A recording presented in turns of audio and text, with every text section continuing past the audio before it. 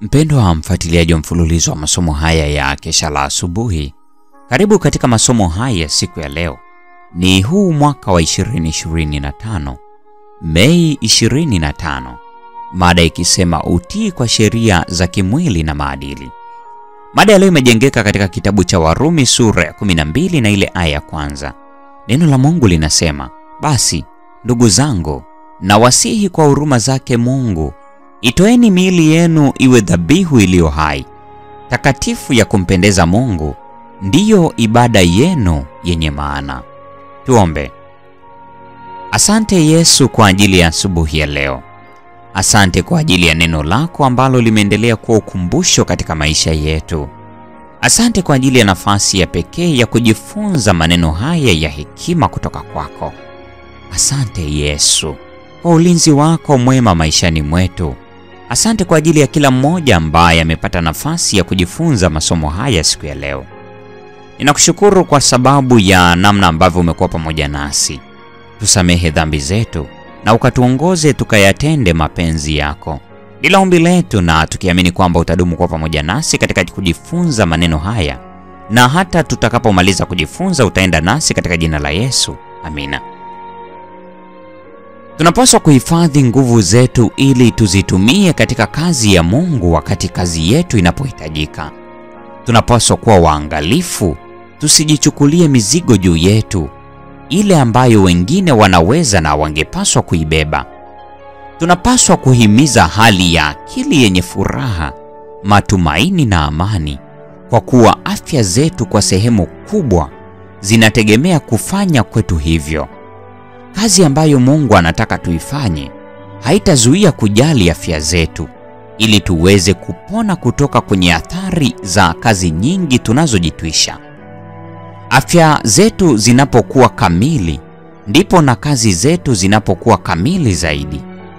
Tunapojichosha nguvu zetu na kuishiwa nguvu, tunakuwa kwenye hatari ya kupatwa na baridi, na katika nyakati kama hizo kuna kuwepo hatari ya kupatwa magonjwa ya hatari. Tunalazimika kutoacha wajibu wa kutunza afya zetu kwa Mungu, wakati yeye ameweka wajibu huo mikononi mwetu. Testimonies for the Church, gombo la 3, kurasa wa 13.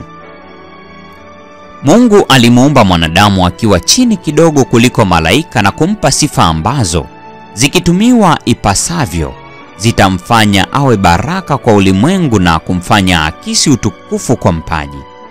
Lakini ingawa ameumbwa kwa mfano wa Mungu, mwanadamu kupitia kutokuwa na kiasi amekiuka kanuni na sheria ya Mungu katika asili yake ya kimwili. Kutokuwa na kiasi kwa namna yeyote ile huharibu viungo vya utambuzi, na hivyo hudhoofisha nguvu ya neva ya ubongo, kiasi kwamba mambo ya milele hayathaminiwi, bali yanawekwa kwenye kiwango kimoja na yale ya kawaida. Nguvu za juu za akili zilizoundwa kwa makusudi yaliyoinuliwa huletwa katika utumwa wa tamaa mbaya. Ikiwa tabia zetu za kimwili si sahihi, nguvu zetu za akili na maadili haziwezi kuwa na nguvu, maana huruma kubwa inakuwapo kati ya yale ya kimwili na ya kimaadili. Mtume Petro alilielewa hili na kuinua sauti yake ya onyo kwa nduguze. Wapenzi, na wasihi kama wapitaji na wasafiri, ziepukeni tamaa za kimwili zipiganazo na roho. Kuna nguvu kidogo tu ya kimaadili katika ulimwengu unaokiri kuwa wa Kikristo. Mazoea mabaya yameendekezwa na sheria za kimwili na za kimaadili zimepuuzwa, mpaka kiwango cha jumla cha wema na uchaji wa Mungu kimeshushwa chini sana. Tabia zinazoshusha kiwango cha afya ya kimwili, zinazodhoofisha nguvu za kiakili na kimaadili.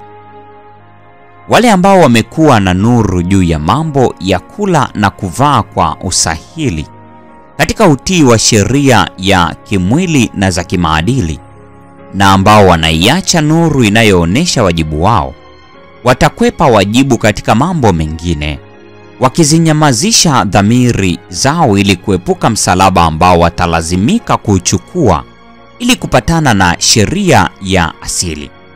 wao ili kuepuka lawama watakiuka amri 10.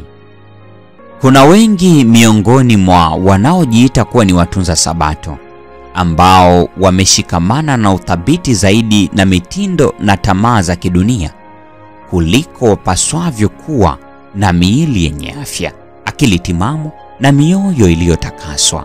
Testimonies for the Church, gombo la 3, ukurasa wa 50 na 51. Hii ni Mei 25, mada ikisema utii kwa sheria za kimwili na maadili. Mungu atubariki sote.